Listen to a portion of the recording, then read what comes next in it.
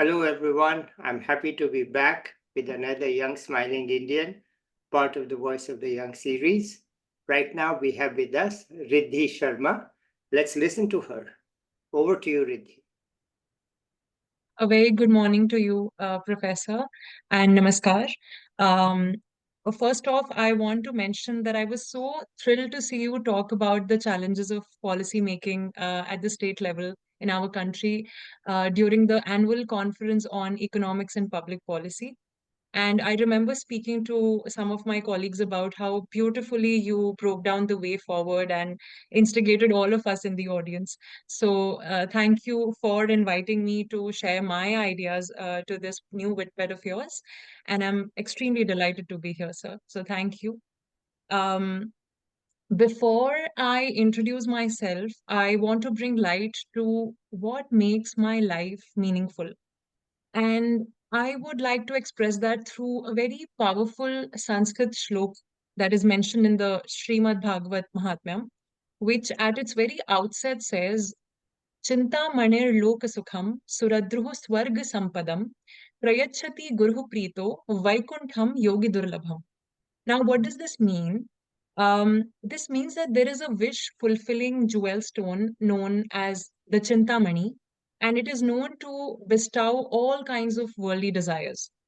And then there is a celestial tree called the Kalpavriksha. Now, this tree is also known to provide the comforts of the heaven. But Vaikuntham, which is known as the abode of the divine, where one feels utmost bliss, is rare for even the sages. It is rare for even the saints. And it can only be attained by one who has earned the affection of their gurus, who have earned the grace of their gurus. I believe that my journey so far has been a result of the compound effect of the grace of my gurus, and I am extremely blessed to be in their refuge. So, this gives meaning to my life. Now, as you've already mentioned, my name is Riddhi Sharma, and I have been born and nurtured in New Delhi. I've completed my undergrad in BTech Computer Science, and I'm a master in public policy. At present, I am working as a senior research fellow at the Jindal School of Government and Public Policy at OP Jindal Global University. And I'm also pursuing masters in Hindustani classical vocal music by Miss Sudha Srivastava. And this is slightly different from the Carnatic classical music. In my professional field, I'm working on the online Masters in Public Policy program, where I take sessions on public policy courses such as health policy, primarily where my interest lies, and international organizations and policy regimes, complexity in public policy, macroeconomics, urbanization and development, evaluation methods, etc. Moving on to my research, I have been working on cancer and, to be precise, breast cancer. So the reason why I got inclined to this working on this fatal disease is because of a number of reasons. The first reason is that it has a complex nature to it. And the second is that because I've seen a lot of people, I've observed that a lot of people throughout my life don't feel too pleasant talking about the disease, and that is naturally so, majorly because of the concerning levels of the mortality. And the third reason is because of the kind of stigma that it carries around it. So this is also evident through the data that I've collected during my research. And my research is on the knowledge, attitude, and practice, which is KAP, about the risk factors, about the signs and symptoms, and about the early detection methods that are related to breast cancer among women. And I must also take a moment to thank my mentor, Professor Dr. Vivek, who has taught me, who has guided me, and who has supported me immensely during my research, and who continues to stay a constant source of inspiration in my life. He has gone very, very deep to understand, to make me understand the rigor of research. So it is now important to know that breast cancer is is prominent among 1% of the males also. And therefore, just like other diseases, it is crucial for all beings to know and to be aware about the issue. Now, considering the risk factors of breast cancer among women, we need to understand that how big of a problem breast cancer is, and how big of a problem that has become due to the risk factors due to these risk factors in the global sense. So, in Mhm. other words, I'm asking, what is the global burden of breast cancer? Yeah. Now, data says that breast cancer is the leading cause of mortality due to cancer, and this is among women, and that accounts for about 26% of all the cancers. And the incidence rate of the breast cancer has increased by 123% from 1990 to about approximately 2 million in 2017.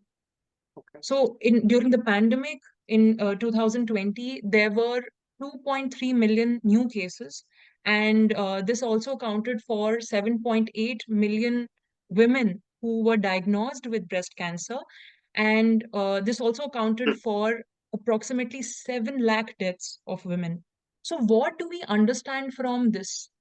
We see that futuristically, the global breast cancer burden is going to be approximately 28.4 million cases in 2040, which is a 47% rise from 2020. And there are more lost disability adjusted life years, which is the DALYs that we use in the context of health economics. Basically, this is a quantitative measure of the overall burden of the disease, which is expressed in the number of years that are lost due to disability, due to ill health, and due to early death by women to breast cancer globally than any other type of cancer. So that's uh, too high. And the age standardized incidence rate of the DALYs is right now, it is approximately 17.42 million years as recorded. So hence, all of this makes breast cancer the biggest contributor to the health burden among cancers in women. Now, when we talk about the Indian context, we see that this cancer has surpassed the rates of mortality that are caused by the cancer of cervix. So it has become the most common the most common form of cancer in the country. And in the UK and in the US, we see that 1 in every 22 women are at the risk of developing breast cancer. And in India, it's 1 in every 28. So um, this shows that every case that is reported within 4 minutes. So there's one case reported every 4 minutes. So we understand the depth of the problem, and we see that 50% of all the cases are in the age group of 25 to 50 years. Now, more than 70% of the cases that are present in the advanced stage have very poor survival and high mortality. And the latest reports that are available from the National Cancer Registry Program, NCRP, show that the number of breast cancer deaths in India have increased by 17% from 2015 to about 2 lakhs in 2020. Now, all of this data, in my opinion, is to be kept at one side. And on the other side, we see that breast cancer is a treatable disease if detected early. Hmm. So then what explains the high rates of mortality? It is due to the lack of awareness. Yeah. And so in my research, I have talked about the lack of awareness, and I've used all the literature and the evidence that shows the lack of awareness, the barriers around the various aspects of breast cancer, Hmm. which are related to the risks and the risk factors, the signs and symptoms, the early detection methods such as the breast self-examination practice. And I have used this as an opportunity to find what are the perceived barriers of women that add to these high rates of mortality and prevent women from seeking these treatment of breast cancer through early detection and self-examination. So I wish to address the answer to my research question, which is what are the awareness and acceptability barriers, which is the knowledge, attitude, and practice, KAP, Yeah, yeah. among women related to breast cancer. Okay, I'm keen to listen. I'm keen to hear it. It's very Yeah. interesting to me that some work like this is going on, and I'm really keen to understand it because we are now, India is now having both infectious and non-infectious health problems. This is a non-infectious health problem and rising, whereas the infectious are declining. So let's listen. Yeah. So the research question is to find the barriers, and to find an answer to this question, I have used um, a quantitative approach using cross-sectional field survey. And the context of my study includes four types of women. So the first type is women who are at very high risk and who also have very low access to treatment. These are women from the low socioeconomic background and who have worked in the informal sector, women who are domestic helpers, greengrocers, etc. And this is the first category. So the second category has women who are single and who are women working in the formal sector. These are young women who are mostly students, and according to me, they have to be targeted for their knowledge, attitude, and practice because these are majorly in the vulnerable age group too. Mm. So this is the second category. And, Mm. and then the third category includes married women and mothers or homemakers who have a different lifestyle than the first two categories. And then the last category is dedicated to healthcare workers. That includes doctors, that includes cancer specialists, the ANMs or the BSc qualified nurses, ASHA workers, so all the community health workers. And the sampling units that I have used, which is women that I just mentioned, the four categories, are in the age group of 20 to 70 years. The sampling strategy is convenience sampling, and the number of women I have sampled is about 100 women. Um, though I'm not limiting my cohort to a certain age group because I believe that everybody needs to know about it. So through this research, I've also spoken to a lot of people. I have Mm. done exploratory survey before I made my questionnaire. And when I was making my questionnaire, when I was building it up, it was a very rigorous process. It needed a lot of rigor. So I divided my questionnaire into some sections. The first section was related to the basic information of women, and some of the information became the major points where I was drawing my conclusions from.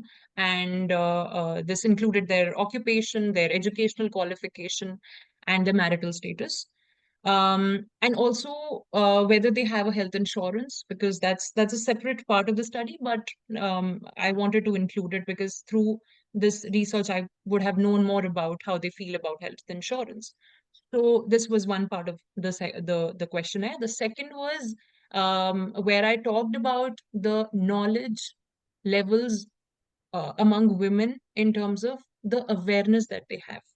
Okay. And this included questions such as, do they know the two most frequently occurring cancer in women? Yeah. And that's cancer of cervix. Now it is breast cancer, which has surpassed cancer of cervix mortality rate. So Mm. to know about that. And then basic questions like, do they know what is breast cancer? Can they define to me what do they think of when I tell them about breast cancer? So I gave them options and I let them speak. So I told them that it's a type of cancer where breast cells and the tissues grew abnormally, and it can also spread from one breast to the other parts. And I gave them options if they agreed to what I was telling them. So that is also now related to how many women suffer from breast cancer in India. Do they know about it? Do they know the statistics? So that's 1 in every 28 women, as I've said. And then can it spread to other people? Like you said, it's not infectious. So so do they know about these basic things? And then what is the breast cancer awareness month? Which month is considered to be the breast cancer awareness month? For information I'm sharing, it's October. So a lot of screening programs are available in different states all across India, and one must take some time to reflect on how they can make the most out of this month. So now I move on to their knowledge levels related to the risk factors. If they are aware of it, then which ones do they think are a part of it? So majorly it's growing older. Age is a factor. Someone with a breast cancer in the family, hereditary genetics, that is a factor. Race and ethnicity also is a factor. A lot of people have done some research in their own countries, and I've read that race and ethnicity is also one of the risk factors. Having dense breast tissues is a factor. Not being a mother after a certain age can be a factor. Breastfeeding practices can also lead to making a woman vulnerable towards it. Intake of regular high fat diet, feeling worried, stressing constantly, habit of smoking, habit of consuming alcohol regularly, lack of regular exercise, sedentary lifestyle, and taking oral contraceptive pills regularly. So I've seen that a lot of women are recommended oral contraceptive pills during the time when they are diagnosed with PCOS, PCOD. So that's a big no. You should not have them, and you should work on your sedentary lifestyle first. You should make that better. And then there's a risk factor which talks about what happens when you bear your first child after 35 years of age. What kind of conclusions can it have? And then I take them to certain um, different sections where I talk about some statements. I make a series of statements and I try to understand what is their attitude towards the risk factors. So one thing is knowledge, and then the other thing is attitude. You may have a lot of knowledge, ample amount of knowledge, but you may not be positive in terms of your attitude. So I made statements like, do you think that you're at the risk of developing breast cancer? It's a very simple question. But women think, okay, I eat well, I exercise every day, I don't have a sedentary lifestyle, so I'm not at the risk of developing breast cancer. So I give them options like um, how confident are you about it? And then I ask them about what they do in their regular life, and how does that make up to them being vulnerable. So I give them options like, do you agree, do you somewhat agree, do you disagree, do you strongly disagree, do you strongly agree, Yeah. or are you neutral? Yeah, and or are you neutral about it? Do you have nothing to say about it, or you don't want to respond, or you don't know about it? So I give them these options, and then I ask them, if you limit, say, doing something that you're doing and you know that that can make you more vulnerable, then are you confident that you won't get breast cancer? And then I link it to my study. So these are questions that I ask them, and then I move on to the signs and symptoms. So I now ask them about their knowledge levels in terms of what are the signs and symptoms, and I let them talk about it. So um, if you have a lump in the breast, we know that you might have breast cancer. Um, then there's discharge from the nipple. If there's a pain or soreness in the breast, there's change in the shape and the size of the breast. If there's a discoloration, sustained weight loss, lump under the armpit. A lot of times women don't check the armpit. They check the Right. breast, but they leave the armpit. That's a very important Mm, region. mm. And then the dry skin around the areolas, So these are the kind of things that we have to look at, and whether women know about these signs and symptoms if they are checking themselves. But that's the next step. So now I ask them about the methods for early detection of breast cancer, where I want to know what do they know about early detection? Mm-hmm. Are they aware of it? What according to them is the most common form? So self breast examination, where my study also what my study talks about, is the most common form, and it Right. should be practiced regularly. And then the clinical breast self examination, which is done by a health professional, and of course, mammography. So I asked them questions like, from which year onwards should a woman begin performing breast self examination? Right. And that is, according to me, as soon as she starts her menstrual cycle. Okay. And that ideally it should be done every day when you're taking a shower or you're with yourself. You can naturally do a visual inspection looking in the mirror, or you can manually do an inspection while standing or while lying down. That's a different thing. When you lie down, you have to flex your muscles, and then you're more vividly able to approach the whole inspection. So, how often is breast self examination performed? It has to be performed once every month. And the best time in a given month to perform breast self examination is 1 week after the menstrual cycle starts. So, the seventh day from the cycle starts. That is the ideal day. And which of the following inspections are crucial? So, a lot of people don't know that you have to check yourself when you're lying down, also, like I said. You can do a visual examination while standing up, and then a manual examination while you're lying down. So then we move on to what are the steps that we have to adopt during the breast self examination.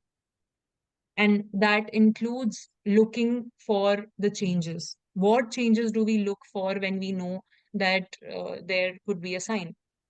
So we look for changes in the breast shape.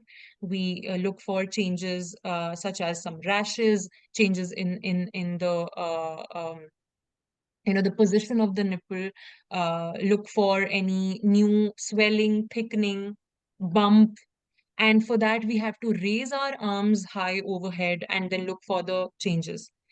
Also, we have to use opposite hand. So if you're looking at the left breast, we have to use our right hand. And if we are looking at the right breast, we have to use our left hand. Um, what how do you test yourself? You use the pads of the three fingers. You don't use the palm. You use the pads of the three fingers, and use light, medium, and firm pressure in the same sequence. First, you use the light, then medium, then the firm pressure, and you examine in a circular fashion from the middle part. And you look and feel for the changes in the armpits. If you're lying down, you have to use the pillows. You have to swap pillows under your arms and see for the changes. And then this takes me to the next step, where I look at their attitude towards the series of statements that I make related to breast self examination. So I ask them questions such as, do you believe that the chances of death due to breast cancer can be reduced Mm. if it is detected early? And they tell me they somewhat agree about it, and they somewhat disagree. They're neutral, they don't know. So there are questions like that. And then we also ask questions like, if there are no unusual signs, say if you're practicing it and there are no unusual signs and symptoms in breast, then are periodic breast self examinations a waste of time? Mm. So do they agree, or they disagree, or they don't know? Mm. And how confident are they about noticing a change in their breasts? Mm-hmm. So that naturally, subconsciously shifts them to think, um, if they check themselves. Because if they don't check themselves, then they won't have an answer, or they would think that it's not working. And then questions like, are you confident about noticing a change in your breasts? Mm. Do you hesitate to practice breast self-examination due to certain reasons? And what are those reasons? mm, Cultural reasons, religious reasons, mm, etc. And do you hesitate to practice breast self-examination due to certain norms, due to certain values, due to certain beliefs in your society? mm, And questions like, do you hesitate to practice breast self-examination because you believe that you do not know how to properly do it? So then there is a lack of information, there's lack of knowledge. And then do you hesitate to practice breast self-examination because you're scared that you can detect an abnormality? So because of the fear, you're not doing it. Then there's another statement that I make. Are you comfortable talking to your guardians, your husband, for instance, or your partner regarding self-examination of your breasts? And are you confident that your husband or your partner or your parents, your guardians will understand the importance of breast self-examination as an early detection methods, and they will support your effort to know more about it? So mm, through that woman, we are also tackling, the challenges that arise in other people's minds who surround her. mm, And are you confident that your uh, um, partner or your parents are confident about you performing it and support you to perform it and encourage you to perform it? yeah, And then I move on to the practice question where I ask them, have you ever examined your right, breasts? right, So from knowledge to attitude to practice. right, Yeah. And then I ask them, in the last 3 months, if you've done it, how often have you done it? So right, ideally they should have done it thrice, right, because you do it every month once. right, And then I give them options, and I get to know what their knowledge levels are, and how well are they able to practice breast self-examination. And then I ask them questions related to their knowledge levels in terms of, have you had a history of breast cancer mm, in your mm, family? Do you know anyone? Are you comfortable talking about it? Have you had a history of any other form of cancer? So you may not know a lot about breast cancer, but you can know about cancer of cervix. And do you know of any breast cancer patients that you have interacted with? How have your experiences been in that case? So, my research findings have indicated that the educational status of women have a significant effect on their knowledge, attitude, and practice score. And my findings also reveal that a stronger perception of the significance of breast self-examination and a woman's positive attitude regarding her own breast self-examination frequency is linked to a higher KAP score mm, for the woman. And the results showed that about 88.24% of those women who had the lowest KAP score were women working in the informal sector. right, And single women students, they constituted about 67% of the highest KAP score, and women who were married had the second highest KAP score with 32.14%. yeah, And the reason why education has a direct beneficial effect on the KP score of women is closely linked with the pertinent advice and guidance through lectures, through skill training or skill set training, not just inside a classroom or through a degree, but to actually perceive the issues in reality in a positive light through the attained knowledge. mm, So education has been seen to have a statistically positive effect on mm, the KP score, because education has a lot of benefits which are societal and personal. mm, And literature says that education gives women the ability to think, to question, to reflect, and to analyze. And this can be linked to women who also are comfortable communicating their health problems. For instance, if they detect a lump, can they quickly go and tell their friend? Can they inform their partner? Can they inform their parents? And that adds up to their KAP score. If they're able to do that, then adds up. So there has to be general awareness about breast self-examination and its steps and the risk factors and the signs and symptoms. And through this Vidped, I wanted to talk about it in detail. Of course, there's a lot that I'm doing about that now. But this is what I wanted to share. Okay, good. And Thank you so much. Is this now, I mean, where is this structured? I mean, it's part of your studies or part of your employment? What is it? so this was a research that I did during my master's, and then I built on it. So I have the whole document. If you want me to share it, I will share it with you.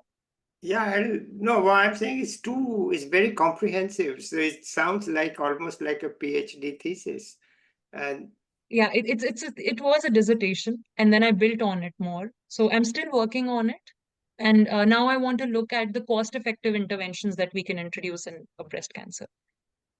yeah, that's a question, that the cost effectiveness is very important, I think, because apart from, pain and suffering and all that, the medical costs that you prevent, right, from people going into second stage, third stage, and the medical expenses, those are going to come maybe 10, 15 years in the future, right? But right now you have a burden of cost for the whole population, right? So since as you said, only 4% are going to get it, so you are going to put this cost of teaching self-KAP, improving KAP on, say, all 100 women, and out of those, only 4 are actually going to avoid the future costs. It's not the 4%. I mentioned that every 4 minutes a case is Yeah, but you reported. said 1 in 28, right?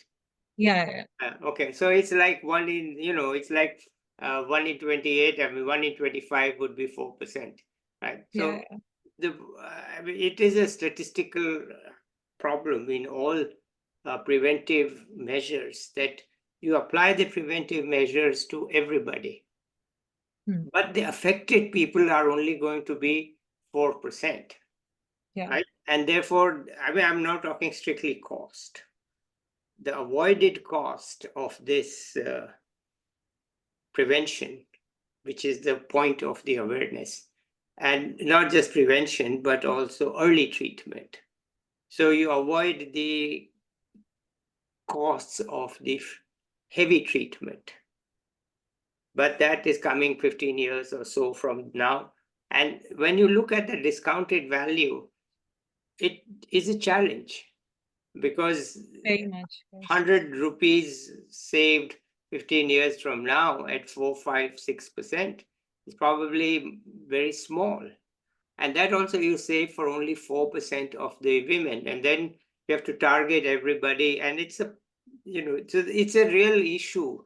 In medical terms, it makes sense. In emotional terms, in terms of health and DALY and all. But if you are going to put this, and also it's a burden to everybody to do this, as you said, examination every day. You are going to have to convince them that you have to do it every day, and you can't just relax and let it go.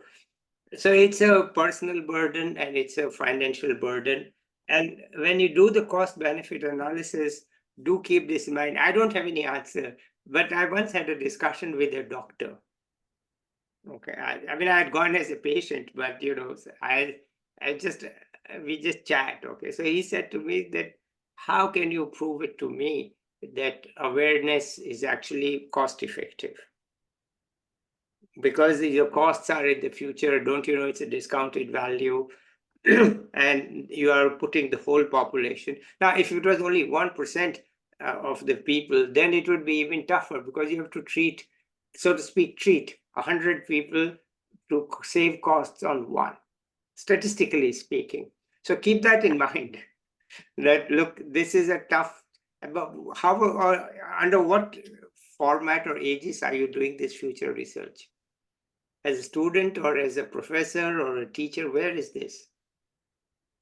So right now, I'm building on my rigor on this. I'm reading a lot, and as someone who's also associated with policy, I see that policy is not just about one particular issue. So I'm also tackling this holistically.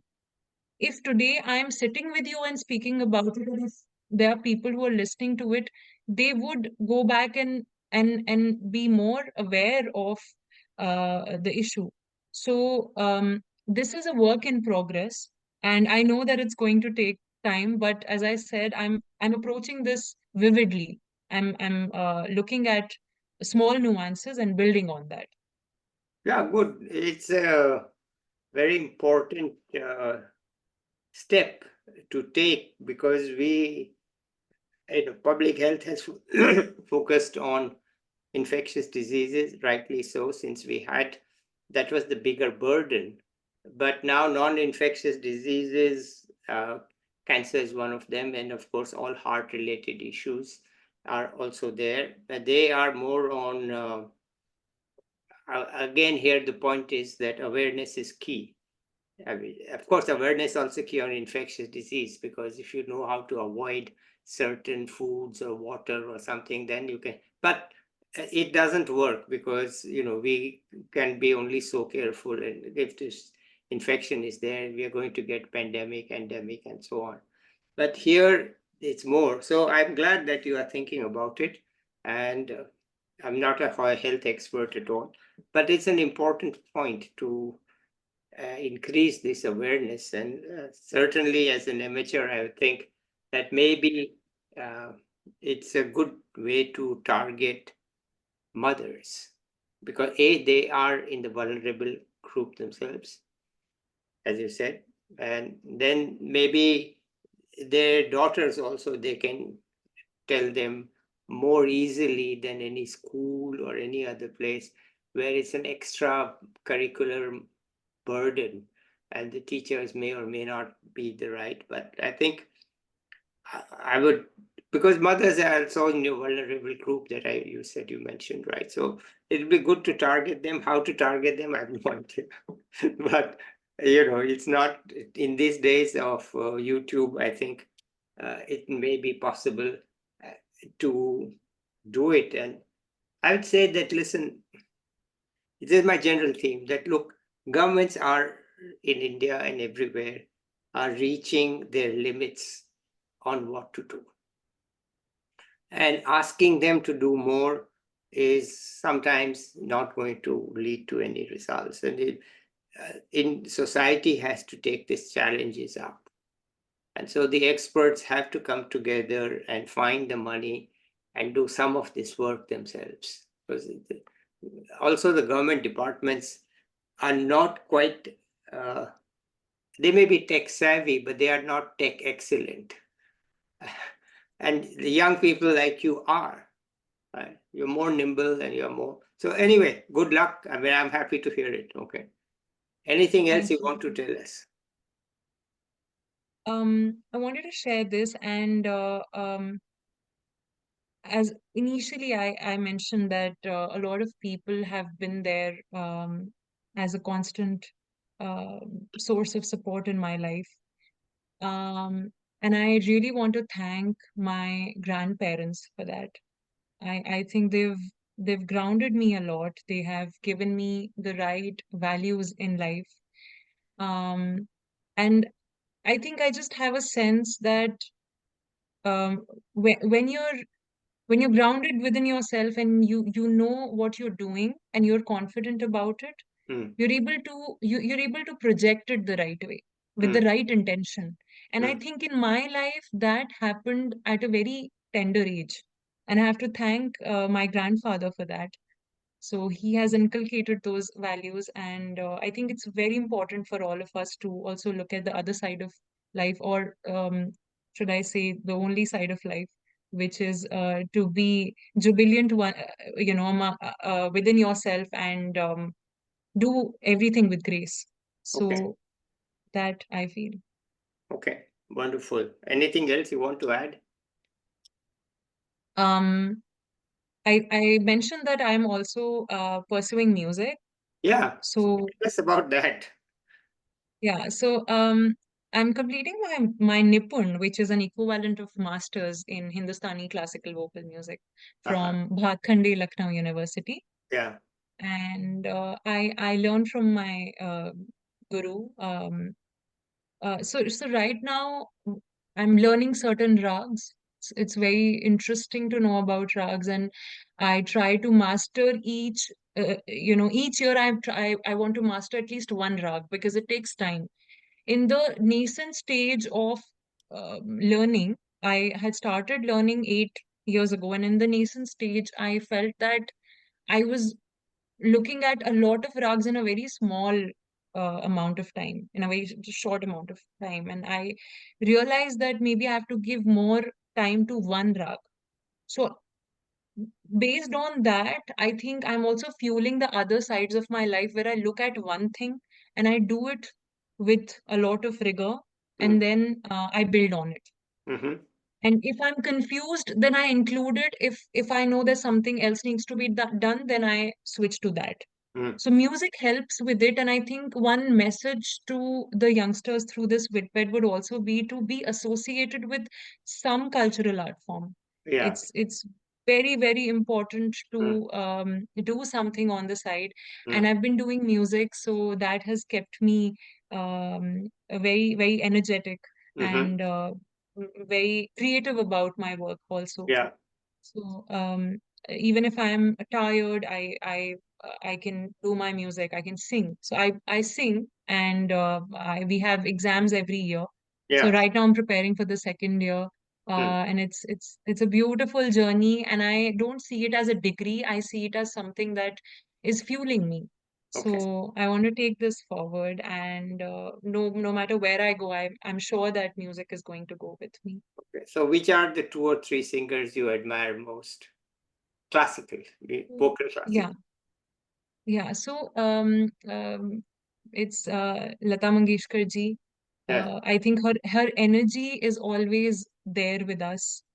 Then I listen to Dr. Prabha Atreji a lot. Yes. In fact, I sung her Bandish, which is Jagu Mein Sari Rain Yeah. from the rag Maru Behag. Mm-hmm. I actually had an opportunity to sing that as a choice rag, and yeah, so she is one of them. Ashwini Bhideji, Mm-hmm. Venkatesh Kumar ji. There are a number of them, classical singers, and Kaushiki Chakravarti ji. She Yes. is dramatically, she is fantastic, Yeah. and and I listen to a lot of other forms of music also. So I listen to progressive rock. I'm a fan of Steven Wilson. He Mm-hmm. makes great music. Mm-hmm. Um, so that's there. But do you think India is supporting classical music enough? In Hindustani or Carnatic, doesn't matter. Do you think there's enough support, enough money, or what's going on? You are in it, so tell us. Yeah. So I think it's a two-way thing, and it starts from the student, and then they channelize their art, and they also kind of make you believe that this is something important. And so I think it starts from the Guru Shishya Parampara. I really believe in that. And I think that is seen in our generation. However, I see that right now people have started listening to music a lot. And in India, I've seen a rise in that through social media, which is a great platform. I mean, we see on Instagram people posting about what they learn and how they've learned it, the technical nuances of it. And I think there is a scope in looking at how the government sees it. I'm not sure if that is the question, but No, I'm not asking what the government sees. I'm saying how does society see it? I think society has a different take on different cultural art forms. Music is one of them. So there's dance, there's theater, so music is a part of it. And I think recently I went to a concert at the Kamani Auditorium at Mandi House. And I saw disciples of Pandit Bhim Sen Joshi performing there. I saw a lot of youngsters there. Mm, And I went with my uncle and my aunt. mm, They played the rags of the monsoon, which mm, is quite prominent, Vrindavani Sarang mm, and other rags. Uh, so I saw a lot of youngsters. I saw all the age groups from the society. So mm, in that cohort, I saw that society was like also boiling with that passion mm, towards music. mm, So in that auditorium, if I look at only that part, then I saw all the age group people, and they were all completely enthralled. mm, So I think it's there. And it was a Sunday evening. mm, It was all full. The whole theater was mm, packed. mm. So I think there's Okay. the society is So, supporting. okay, good. All right, great. Anything else you want to add here? I want to thank you for this opportunity because I love to speak about the work that I'm doing, and I also want to share it with as many people as I can. And I think this is a wonderful platform Okay. because you have just Uh, like you said, this is something so new for you also. And as a learner, because I'm sure you've done so much work throughout your life, it takes a patient listener on the other end to know and to be passionate about knowing what the youngsters are doing and giving them an opportunity about what they want to work on and what Yeah. kind of changes do they want to bring. There are very few people who are of that mindset, and I'm Yeah, it's so true. glad that Well, I learned my lesson long ago. One of the first times I went with the World Bank to Indonesia, and the guy who had just very quickly decided to hire me and use me, he said to me over there, he said, Subodh, one thing, please don't talk because you will overwhelm everybody. So please listen. And at the end of it, you can speak for 2 minutes and they will accept what you are saying. So please shut up and listen. Okay. That was the most valuable lesson that, you people like me, we talk. Okay. He said, no, I know what you do. I know what it is. So I've hired you without any rhyme or reason. But kindly don't talk here. And I also won't talk. We'll just sit and listen. And at the end, just give you a conclusion and they'll accept it. So I learned right there that it's very important to listen rather than to talk all the time. Okay. So thank you so much, Riddhi. Let's end it here today. I want to talk a little bit to you offline. So let's end it here. okay. All right. Okay. Bye, everybody. I'll be back with another young Indian or an expert soon. Bye till then. Bye. Thank you.